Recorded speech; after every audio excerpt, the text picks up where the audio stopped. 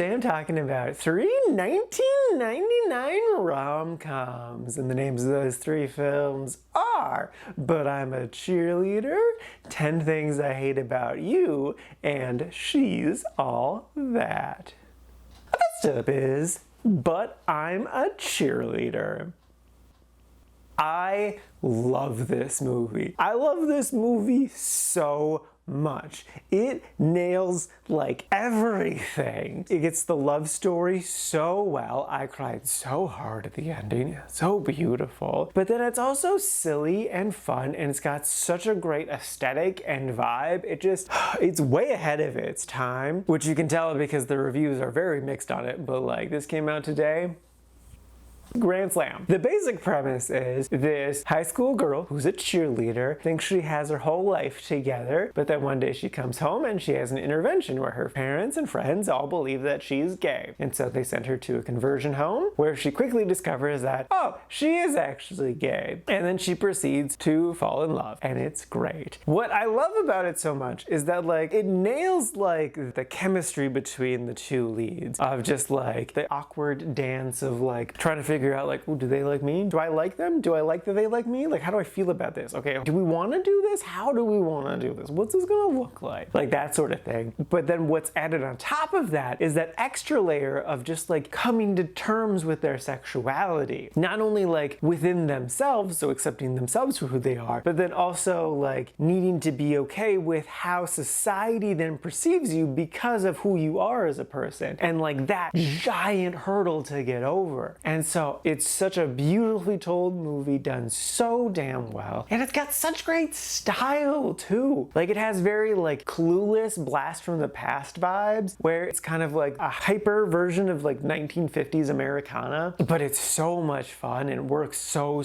well. The cast all does great. It's just, everything about it is so much fun. It's super gay and I just love it to bits. So if you couldn't guess, without a doubt, 100% recommend this amazing movie. Next up is 10 Things I Hate About You. This is a 1999 rom-com starring the late great Heath Ledger and Julia Stiles. It also has Gordon-Levitt. It is based on the Shakespeare play The Taming of the Shrew, a modern reimagining of it, and it's really solid. So if you're unfamiliar with this movie or that play, the basic premise is this new kid comes to town and he wants to date this girl, but her dad won't let her date until her sister dates. So the new kid, with the help of his buddy, convinces this rich kid to pay this other guy to go on dates with the older sister. It's more complex than that, but delightful nonetheless. I have seen this movie before back in high school, but then also again, my limit for counting rewatching movies for this show is 5 years, and I think I watched this movie about 6 years ago, so I remembered it pretty dang well, so I wasn't like really surprised by anything. I mean, like everyone gave great performances and it was an interesting story, and I love that they actually looked like teenagers because all of them are like between like 17 and 21, so like they're kids. So yeah, I enjoyed the film a lot. It was definitely a good solid film, and if you haven't seen it before, I without a doubt recommend it. Like you're gonna like it more than I'm hyping it up right now. Like it's a good solid movie. I've just seen it more recently, so I wasn't surprised by anything, but if you haven't seen it, it's a delightful movie with solid chemistry and a nice realistic portrayal of high school love, like the on again off again stuff of like, yeah, it's a happy ending, but like, is it really a happy ending for forever? I mean, they're high schoolers, so it feels real, which is really nice. And if it's been a while since you've seen it, I would again recommend it. It's a good solid movie that's 100% worth a watch.